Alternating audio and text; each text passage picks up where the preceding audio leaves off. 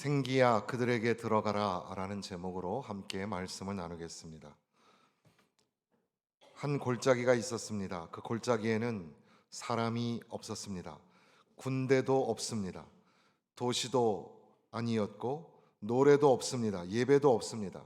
생명의 흔적도 없습니다. 오직 뼈만 있습니다. 그것도 조금 있는 게 아니라 심이 많고 그냥 뼈가 아니라 아주 마른 뼈들이 가득했습니다. 이것은 단순한 공포 영화의 한 장면이 아니라 하나님의 백성 이스라엘의 영적인 현실입니다. 포로기의 현실이고 성전이 무너졌고 예루살렘이 폐허가 되었고 왕조는 끊어졌고 땅에서 쫓겨났습니다. 이스라엘은 자신들의 입으로 말하기를 우리의 뼈들이 말랐고 우리의 소망이 없어졌으니 우리는 다 멸절되었다. 신앙의 근거가 무너진 사람들의 탄식입니다. 우리가 하나님의 백성이라 믿었는데 성전이 무너졌습니다. 하나님께서 우리와 함께 하신다고 믿었는데 우리는 바벨론의 포로로 끌려가는 신세가 되었습니다. 다윗의 왕조가 영원할 거라고 하셨는데 그 왕조가 무너져 버렸습니다. 그러한 질문 위에 세워진 것이 바로 에스겔 37장이라고 할 수 있겠습니다. 그러니까 이 본문은 단순한 위로, 힘내라, 잘 될 거다, 좋아질 거다, 그런 낙관주의가 아닙니다. 성경에서 말하는 소망은 현실을 가볍게 덮어버리는 그런 가벼운 위로가 아닙니다.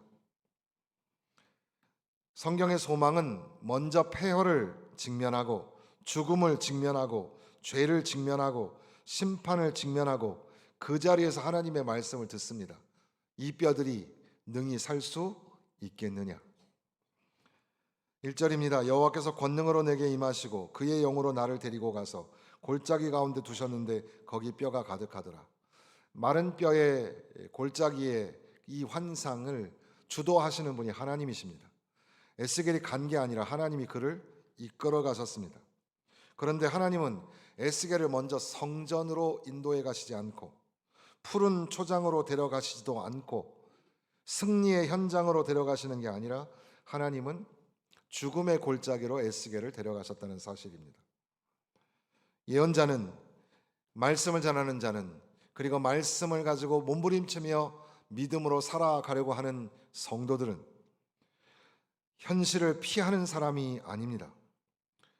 폐허를 보지 않고 위로를 말하는 사람이 되어서는 안 됩니다. 예언자는 하나님이 보여주시는 현실을 끝까지 참고 보아야 합니다. 우리는 너무 쉽게 회복을 말합니다. 너무 쉽게 부흥을 말합니다.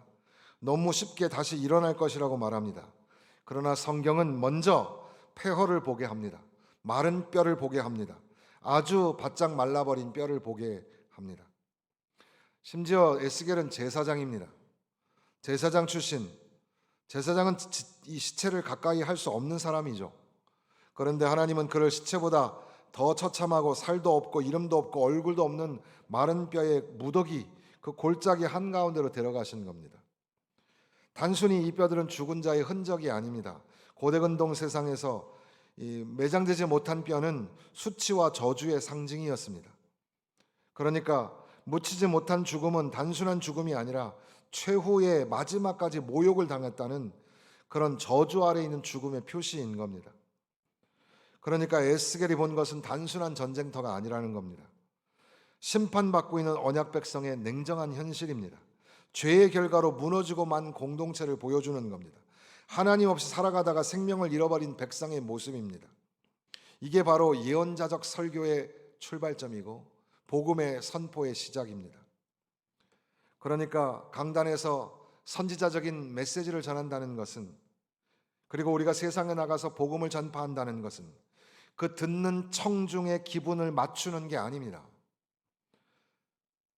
이 시대의 상처를 회피하지 않고 그냥 괜찮다라고만 말하지 않는 겁니다. 냉정하게 여기가 골짜기다, 여기에 뼈가 있다, 여기에 뼈가 아주 많다, 죽음이다, 이것을 선언하는 겁니다. 오늘날 한국교회도 이 말씀 앞에 서야 합니다. 우리는 건물도 있고 예배도 있고 제도도 있고 직분도 있습니다. 그러나 하나님께서 우리를 영적으로 보실 때 혹시 겉으로는 살아있는 것 같은데 속으로는 마른 뼈와 같은 부분은 없을까요? 기도는 있는데 눈물이 없어요. 예배는 있는데 하나님 두려워함이 없습니다. 봉사는 하는데 사랑을 가지고 하는 게 아니에요. 하나님 말씀은 많이 들리는데 그 말씀에 순종을 안 해요. 교회는 있는데 성령의 충만한 역사가 없어요. 우리는 모두 이 골짜기 앞에 멈춰야 합니다. 하나님은 에스겔에게 폐허를 보여주시는 거죠. 폐허를 보게 하시는 것은 너 끝났다, 절망을 주시려고 하는 게 아닙니다.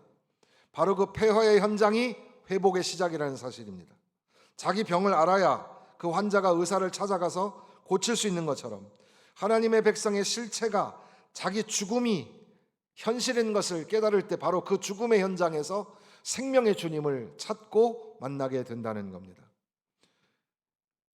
2절에 나를 그 뼈 사방으로 지나가게 하시기로 본즉 그 골짜기 지면에 뼈가 심이 많고 아주 말랐더라. 에스겔이 본 것은 뼈인데 그 뼈가 심이 많다는 것이고 그 뼈가 아주 말랐다는 뜻입니다.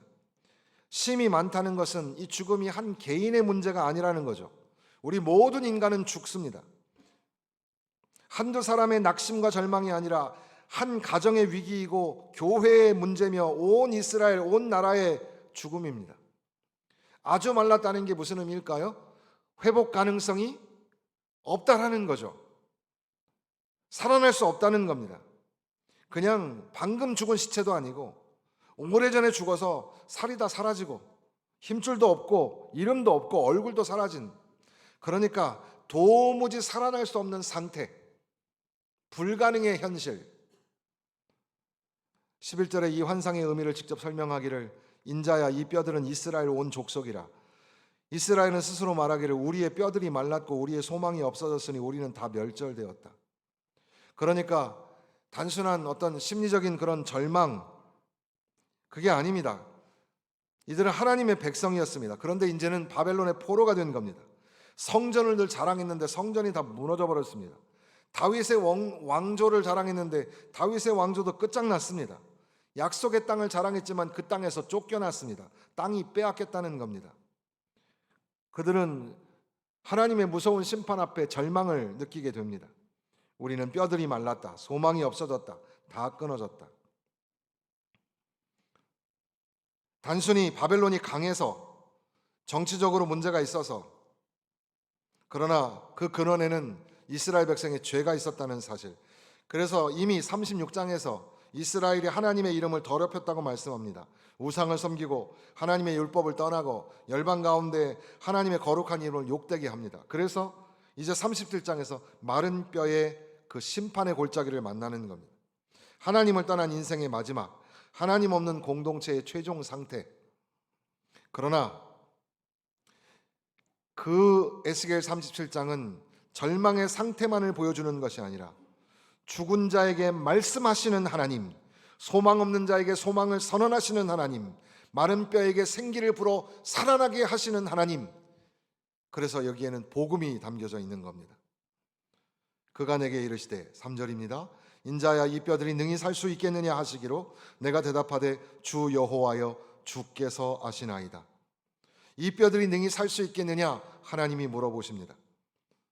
인간적으로 보면 이게 말이 됩니까? 살아있는 환자에게 나을 수 있냐 이걸 물어보는 게 아니라 완전히 죽어서 뼈가 돼버린, 완전히 말라버린 뼈를 향하여 다시 살 수 있느냐 물어본다는 것. 대답은 뻔하죠. 안 됩니다. 불가능합니다. 다 끝났습니다. 그런데 에스겔은 그렇게 대답하지 않고 주 여호와여 주께서 아시나이다. 3절 끝에 보니까 주 여호와여 주께서 아시나이다. 에스겔은 현실을 부정하지 않습니다. 그렇다고 물론 살 수 있습니다 라고 가볍게 말하지도 않습니다. 낙관주의자가 아닙니다. 그러나 하나님의 능력을 제한하지도 않습니다. 절대 불가능합니다라고 말하지도 않습니다. 그는 하나님께 그 대답을 돌려드립니다. 주께서 아십니다. 하나님은 죽은 자를 살리실 수 있는 능력이 있는 것을 믿지만 그러나 이 오랜 마른 뼈들이 실제로 살아날 것이라고 믿을 만큼 나 인간 에스겔의 믿음은 부족할 수 있지 않겠습니까? 그때 그 판단을 나에게서 이제는 하나님께로 돌려드리는 겁니다. 믿음의 정직함이라고 할 수 있겠죠. 믿음이라는 것은 현실을 부정하는 게 아닙니다. 현실을 직시하는 겁니다. 그리고 또한 그 현실보다 더 크신 하나님을 바라보는 겁니다. 우리도 마찬가지죠. 하나님에게는 능치 못함이 없는 것을 믿으십니까? 우리는 그렇게 믿음으로 고백하지만 사실 실제 내가 진짜 하나님이 불가능한 걸 일으키실 수 있다고 믿느냐? 근데 우리는 이미 우리의 믿음의 한계로 모든 상황을 판단을 끝내버립니다. 제 눈에는 불가능합니다. 제 판단으로는 끝났습니다. 그런데 주님께는 불가능하지 않습니다. 주님이 끝이라고 하시기 전에는 끝이 아닙니다. 이 사람은 안 변해. 이 교회는 안 돼. 우리 가정은 끝장났어. 내 인생, 내 신앙은 더 이상 회복이 안 돼. 한국 교회에 소망 없어. 물론 현실은 냉정하고 어렵습니다. 그때 우리는 에스겔의 대답을 배워야 합니다. 주 여호와여 주께서 하시나이다. 이건 포기나 체념이 아닙니다. 하나님의 주권을 인정하는 그런 고백입니다. 하나님의 주권. 그러니까 우리에게는 인간이 가지고 있어야 할 가능성에 대한 낙관이나 인간이 냉정하게 판단하고 있는 이 불가능성이라는 현실, 비관주의, 그게 아니라 하나님의 주권에 대한 신뢰가 더 중요하다는 사실입니다. 주님은 아십니다. 주님이 아시지 않습니까? 또 내게 이르시되 4절입니다. 너는 이 모든 뼈에게 대언하여 이르기를 너희 마른 뼈들아 여호와의 말씀을 들을지어다. 하나님은 에스겔에게 명령하시기를 대언하라. 누구에게 말하라는 거죠? 마른 뼈에게 대언하라는 겁니다. 마른 뼈가 귀가 있나요? 어떤 글에 보니까는 귀에는 뼈가 있지만 뼈에는 귀가 없다 이런 말이 있더라고요. 우리가 딱딱한 뼈도 뼈고 연골 부드러운 것도 뼈라면 우리 몸에는 이 혈관 또 신경 뭐 그런 것들을 엮고 있는 것들도 있지만 가장 인간을 굳건히 세울 수 있는 것은 뼈라고 할 수 있겠는데, 그러나 사실 뼈만 있다면 그건 사람이 아니죠. 아무것도 할 수 없는 존재입니다. 그 뼈가 귀가 있을까요? 들려도 전에도 들을 수가 없는 존재죠. 말이 안 되는 겁니다. 그런데 뼈에게 설교를 하라는 거예요. 마른 뼈들아 하나님의 말씀을 들을지어다. 설교가 뭡니까? 설교는 청중이 이 설교를 들으면 변화가 일어날 거야 라는 그 가능성을 기대하는 게 아닙니다. 하나님의 말씀은 사람을 변화시킨다는 하나님의 말씀에 더 비중을 두는 겁니다. 복음을 전달한다는 것이 뭡니까? 내가 복음을 열심히 전하면, 대화법을 가지고 잘 전하면 사람이 복음을 영접할 것이다. 그게 아니죠. 하나님의 말씀은, 전능하신 하나님의 말씀은 한 영혼을 살려내신다는 하나님의 말씀의 무게가 있는 겁니다. 불가능한 일에 에스겔은 순종합니다. 하나님의 말씀에는, 우리 눈에는 끝난 것 같은 냉정한 현실 앞에서도 무한한 상상력의 하나님의 말씀 앞에 순종해야 합니다. 그리고 에스겔은 특별한 방법을 쓰지 않습니다. 마술을 부리지도 않았고 재미있는 예화를 들지도 않고 감정적 조작을 하지도 않습니다. 하나님의 말씀을 그냥 전하는 겁니다. 하나님의 말씀을 따라 일어나라. 그때 소리가 나고 움직이고 이 뼈 저 뼈가 들어맞고 뼈들이 서로 연결되더라. 하나님의 말씀이 죽음의 골짜기에서 소리를 일으킵니다. 움직임을 일으킵니다. 흩어진 것이 연결되고 무질서가 질서로 바뀌고 죽었던 게 살아납니다. 창세기 1장에서 하나님이 말씀하시니 빛이 있었습니다. 에스겔 37장에서 하나님이 말씀하시니 뼈가 움직입니다. 요한복음 11장에서 예수님이 말씀하시니 죽은 나사로가 살아납니다. 말씀은 생명의 능력입니다. 교회가 가장 붙들어야 할 것이 무엇입니까? 하나님의 말씀입니다.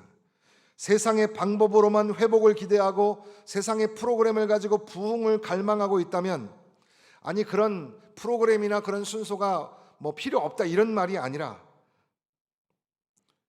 그 조직이나 그 순서나 그 프로그램은 생명을 만들어내지 못합니다. 영혼을 살리지 못합니다. 영혼을 살리고 생명을 만들어내는 것은 오직 하나님의 말씀입니다. 믿음은 들음에서 나며 들음은 그리스도의 말씀으로 말미암느니라. 죽은 영혼이 살아나는 것은 하나님의 말씀이 선포될 때입니다. 굳은 마음이 녹아지는 것도 하나님의 말씀이 임할 때입니다. 교회가 다시 일어날 때 바로 그 중심에 하나님의 살아계신 말씀이 있는 겁니다. 내가 또 보니 8절에 그 뼈에 힘줄이 생기고 살이 오르며 그 위에 가죽이 덮이나 그 속에 생기는 없더라. 놀라운 일이 일어났습니다. 뼈가 연결되었습니다. 힘줄이 생겼습니다. 살이 올랐습니다. 가죽이 덮여졌습니다. 겉으로 보면 사람입니다. 그런데 그 속에 생기는 없더라. 외형이 회복되었습니다. 그러나 생명이 없는 겁니다. 구조는 세워졌습니다. 그런데 그 안에 숨이 없습니다. 형태는 갖추어졌지만 움직이지 못하는 겁니다. 지금까지 일어난 것도 놀라운 기적의 역사이지만, 그러나 이전 상태보다 더 나아진 게 아니라 여전히 생기가 없고 생명도 없고 움직임도 없습니다. 교회는 외형을 만들 수 있습니다. 건물을 세울 수 있습니다. 조직을 정비할 수 있습니다. 행사를 만들 수 있습니다. 예배 순서 갖출 수 있습니다. 직분 체계 갖출 수 있습니다. 그러나 그 안에 성령의 역사가 없으면 그 교회는 살아있는 교회가 아닌 거죠. 가정도 마찬가지입니다. 집이 있습니다. 근데 집이 있는데 사람이 없어요. 사람이 있습니다. 사람이 있는데 대화가 없어요. 대화가 있습니다. 대화가 있는데 진심이 안 담겼어요. 함께는 살지만 그 마음은 죽어 있어요. 신앙도 마찬가지입니다. 예배 참석은 있는데 하나님을 향한 갈망이 없어요. 여러분, 무엇을 보려고 오셨습니까? 사슴은 갈증을 느껴서 그 시냇물을 먹기 위하여 그래서 이리저리 뛰다가 그 심장이 터질 것 같아 기절하기까지 한다는, 그 사슴은 시냇물을 찾기에 갈망하는 것처럼 나는 하나님의 얼굴을 찾기 위하여 갈망합니다. 저를 보러 오셨습니까? 뭐 친구 성도님들 보러 오셨습니까? 하나님을 만나야 합니다. 하나님의 얼굴을 만나야 합니다. 하나님의 얼굴을 만나는 것이 바로 은혜를 만나는 것이며 진정한 샬롬을 만나는 것이며 하나님의 축복을 만나는 길입니다.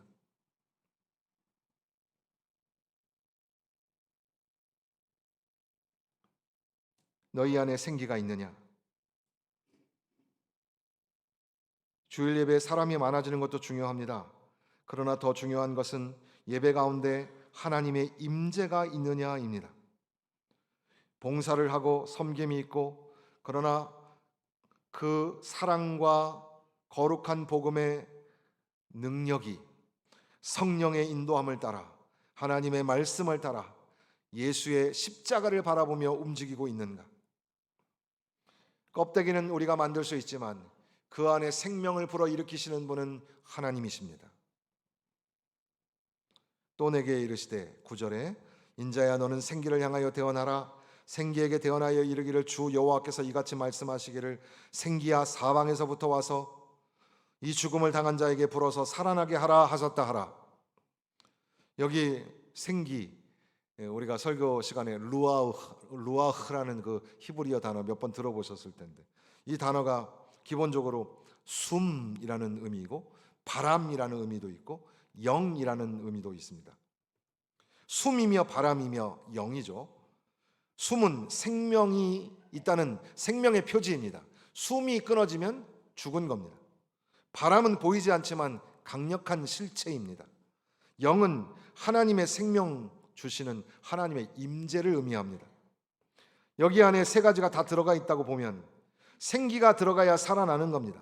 바람이 사방에서 불어오고 성령이 임하셔야 죽은 백성이 살아납니다. 이게 참된 회복입니다.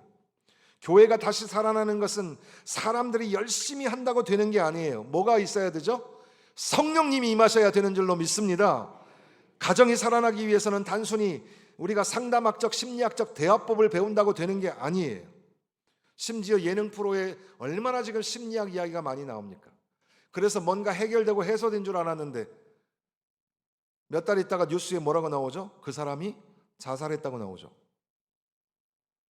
성령께서 그 마음을 새롭게 하셔야 그 가정이 살아나는 줄로 믿습니다. 한 영혼이 다시 살아나는 것도 단순히 의지를 다잡아서 살아날 수 있는 게 아닙니다. 성령께서 그 죽은 마음을 살리셔야 합니다. 죄인이 자기 안에서 새 생명을 만들어낼 수 없습니다. 성령께서 먼저 역사하셔야 합니다. 성령께서 새 마음을 주셔야 합니다. 돌 같은 마음을 제거하고 살처럼 부드러운 마음을 주셔야 합니다. 그래서 이미 36장에 맑은 물을 너희에게 뿌려서 너희로 정결하게 하되 또 새 영을 너희 속에 두고 새 마음을 너희에게 주되 내 영을 너희 속에 두어 너희로 내 율례를 행하게 하리니, 그것이 이제 37장의 환상으로 등장하는 겁니다. 생기가 사방에서부터 와서 죽음을 당한 자에게 부러지고 그들이 살아나게 되리라. 주여 우리에게 생기를 주소서. 주여 우리에게 성령의 바람을 주소서. 주여 이 교회에 성령 충만한 역사가 일어나게 하여 주셔서 죽었던 자가 살아나는 것처럼, 마른 뼈들이 살아나는 것처럼 살아나게 하여 주옵소서. 이에 내가 10절에 그 명령대로 대언하였더니 생기가 그들에게 들어가매 그들이 곧 살아나서 일어나 서는데 큰 군대더라. 그들이 살아납니다. 일어납니다. 다 일어납니다. 그런데 극히 큰 군대가 됩니다. 학자들은 이 에스겔서 37장은 창세기 2장과의 연결을 염두합니다. 하나님께서 흙으로 사람을 지으셨습니다. 흙으로 지어진 몸이 아직 생명이 아니었습니다. 그때 하나님께서 그 코에 생기를 불어넣으시니 사람이 생명이 됩니다. 에스겔서도 마찬가지죠. 먼저 몸체가 형성된 후에 하나님의 생기가 그 안에 들어가 생명이 된다는 창조의 언어를 담고 있는 겁니다. 그러니까 창조와 새 창조, 그러니까 제너시스, 창조라는 말과 뉴 제너시스, 뉴 크리에이션, 새 창조, 이것이 지금 서로 만나고 있는 겁니다. 그러니까 살아난다는 것은, 죽었던 사람이 살아난다는 것은 옛날로 돌아간다는 뜻이 아닙니다. 단순히 예전 상태로 이스라엘을 회복시켜 주겠다는, 회복이란 말 안에 리턴한다는 의미가 있기 때문에 뒤로 돌아간다고 생각하면 안 됩니다. 과거로 돌아가는 게 아닙니다. 하나님의 새 창조가 일어나는 겁니다. 우리는 종종 이렇게 말하죠. 예전엔 좋았는데, 옛날에는 교회가 뜨거웠는데, 옛날에는 성도들이 헌신적이었는데, 옛날에는 우리 가정도 좋았는데. 과거의 은혜를 기억하는 것도 중요합니다. 그러나 성경에서 말하는 회복과 부흥은 단순히 과거로 돌아가는 게 아니라, 과거를 반복하는 게 아니라 새 길을 행하시는 하나님, 그 안에 새 창조를 경험하는 겁니다. 보라 내가 새 일을 행하리니 이제 나타날 것이라. 에스겔의 부흥과 회복은 새 창조를 의미하는 겁니다. 성령이 일으키시는 회복, 하나님이 영이 들어와 새 생명을 일으키는 부흥의 역사, 그리고 큰 군대를 이뤄냅니다. 한 사람이 살아나는 것으로 끝나는 것이 아니라 옆에 사람이 살아나고 또 살아나고 온 군대가 다 살아나는 겁니다. 아마도 11절에서 14절에 쭉 설명하고 있는 것처럼, 그리고 앞서 제가 몇 차례에 걸쳐서 설명해 드린 것처럼, 아마 이 환상의 1차적인 의미는 이스라엘 백성들의 회복일 겁니다. 이스라엘 백성들이 포로로 끌려가는 그 상태가 죽음이죠. 그러나 그 무덤에서, 그 죽음의 현장에서 살아나게 될 것이다. 너희는 끝난 것이 아니다. 너희는 끊어진 것이 아니다. 바벨론의 무덤이 영원하지 않다. 내가 너희의 무덤을 열 것이고 너희를 나오게 할 것이고 너희를 너희 땅으로 돌아가게 할 것이라. 그 이스라엘의 회복을 염두하신 환상이라고 볼 수 있겠습니다. 물론 그 환상의 주도권이 하나님에게 있다는 사실을 우리가 간과해서는 안 되겠죠. 내가 열어줄 것이다. 내가 일으킬 것이다. 내가 살아나게 할 것이다.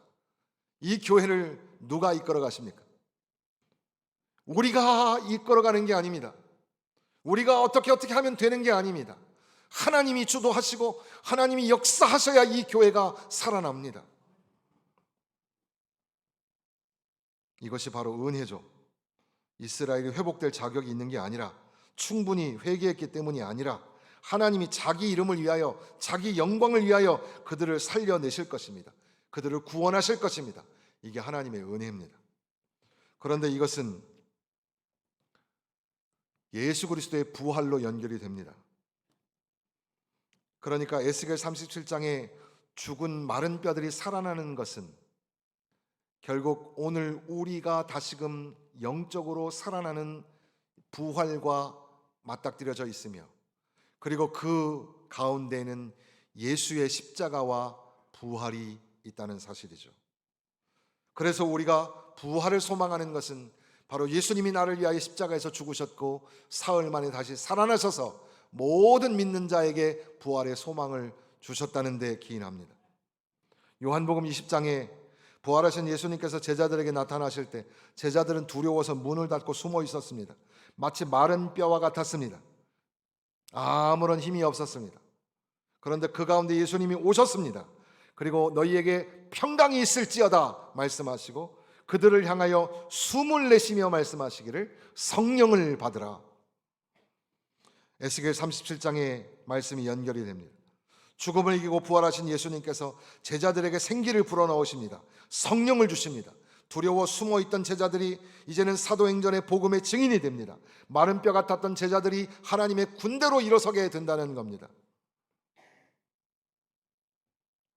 그러니까 에스겔 37장을 읽으면서 단지 옛날 이스라엘의 포로와 회복에 관한 역사를 읽어내는 것이 아니라 우리는 예수 그리스도의 복음을 듣는 겁니다. 죄와 허물로 죽었던 우리를 하나님께서 그리스도 안에서 살리셨다는, 소망 없던 우리에게 부활의 소망을 주신다는 복음의 메시지, 성령 안에서 우리 안에 새 생명을 주신다는 은혜와 구원의 메시지를 듣는 겁니다. 에스겔 말씀을 마치면서 에스겔이라는 예언자를 생각해 봅니다. 보통 이 이사야, 예레미야, 에스겔, 다니엘과 같은 대선지서, 그리고 호세아, 요엘, 아모스, 요바다, 호세아, 요엘, 아모스, 오바댜, 미가, 나훔, 하박국, 스바냐, 학개, 스가랴, 말라기, 이 12명의 12 선지자, 소선지서, 분량이 작기 때문에 분량 때문에 대선지서, 소선지서 이렇게 나누게 되는데, 이 선지자들은 결국 누구일까? 선지자들은 오늘날 교회가 아닐까? 선지자들은 오늘날 목회자이며 동시에 오늘날 믿음의 삶을 살아내는 성도들이 아닐까 생각하게 됩니다. 예언자는 단순히 미래를 말하는 사람만이 아닙니다. 예언자는 하나님의 말씀을 받아서 현실 가운데 선포하는 사람입니다. 이 시대의 거짓 위로를 깨뜨리고 동시에 하나님의 참 소망을 열어 보이는 사람입니다. 에스겔의 삶이 그 자체가 설교였고 메시지였고 고발이었고 구원의 은혜였습니다. 두 가지를 동시에 거짓 소명을 무너뜨리며 하나님의 참 소망을 선포하는 그 사명을 감당했던 겁니다. 우리는 괜찮아, 성전이 있으니까 안전해, 우리는 하나님의 백성이니까 망하지 않을 거야, 지금의 죄는 뭐 별로 괜찮아, 이게 얄팍한 위로 거짓 소망입니다. 에스겔은 이걸 무너뜨립니다. 성전이 있어도 하나님을 떠나면 심판이 있다. 예배를 드려도 마음에 우상이 있으면 하나님이 기뻐하지 않으신다. 언약 백성이라도 언약을 배반하고 하나님 말씀 순종하면 너희에게 죽음밖에는 길이 없다. 그러나 에스겔은 절망으로 끝내는 것이 아니라 하나님이 너희를 살리실 것이다. 하나님이 성령을 너희에게 주실 것이다. 하나님이 다시 회복하실 것이다. 우리 눈에는 뼈가 보이고 우리 눈에는 무덤이 보이고 우리 눈에는 폐업밖에 안 보이지만, 그러나 하나님의 말씀으로 군대를 보고 하나님의 말씀으로 구원을 만나며 하나님의 말씀으로 새 생명, 새 창조를 선포하게 된다는 거죠. 그게 바로 교회가, 그리고 목회자가, 그리고 주의 말씀으로 살아내는 성도들이 세상에서 드러내야 할 메시지입니다. 폐허를 덮어내는 회복의 환상, 이것이 이것의 이 37장의 중심 주제라고 할 수 있을 텐데, 사람은 폐허를 보고 끝이라고 말할 때 하나님은 그 폐허에서 하나님의 구원의 역사를 시작하십니다. 사람은 마른 뼈를 보고 끝났다고 생각하지만, 그리고 그 무덤 앞에서 탄식하고 포기하지만 하나님의 말씀으로 무덤이 열리고 죽은 자가 살아납니다. 마른 뼈들아 여호와의 말씀을 들어라. 그러므로 우리는 우리의 마른 뼈를 정직하게 보아야 합니다. 하나님 앞에서 괜찮은 척하지 마십시오. 신앙은 자기 상태를 포장하는 게 아닙니다. 우리가 이미 무너졌고 메마르고 소망 없고 마른 뼈와 같다는 거 직시하셔야 합니다. 어떻게 해야 합니까? 주님, 내 안에 생기가 없습니다. 예배가 메말랐습니다. 기도가 식었습니다. 사랑이 굳었습니다. 주여 말씀하여 주옵소서. 성령으로 역사하여 주옵소서. 살아나게 하여 주옵소서. 우리는 하나님의 말씀 앞에 서야 합니다. 사람의 의견이나 전략이나 치밀한 통계와 분석으로 부흥하는 게 아닙니다. 교회가 회복되고 부흥하려면, 여러분이 살려면 하나님의 말씀밖에는 방법이 없습니다. 하나님의 말씀으로 살아나야 합니다. 하나님의 말씀으로 다시금 일어나는 교회가 되어야 합니다. 성령에 충만하신 역사, 성령 충만을 갈망해야 합니다. 성령이 운행하시고 성령이 인도하시는 교회. 우리는 살아나는 자답게 새 생명 안에 거해야 합니다. 복음의 증인이 되어야 합니다. 예수 그리스도의 보화를 소망하는 사람으로 살아가야 합니다. 예수를 죽은 자 가운데서 살리신 이의 영이 너희 안에 거하시면 너희 죽을 몸도 살리시리라. 절망을 할 수는 있지만 절망에 머무지 마십시오. 울 수는 있지만 소망 없는 자처럼 울지 마십시오. 죽음의 골짜기를 지나갑니다마는 그러나 그 골짜기가 마지막은 아니라는 사실입니다. 생기야 그들에게 들어가라. 하나님은 우리의 폐허를 아십니다. 그리고 하나님의 말씀으로 죽은 자를 부르십니다. 하나님이 성령으로 역사하시사 새 생명 새 창조를 이루어내십니다. 그러므로 우리의 심령, 우리의 가정, 이 교회, 그리고 죽어가는 메마른 뼈와 같은 세상, 하나님의 말씀으로 성령의 역사로 예수의 십자가 보혈로 다시 한번 살아나고 회복되고 부흥하는 역사가 일어나기를 간절히 소망합니다.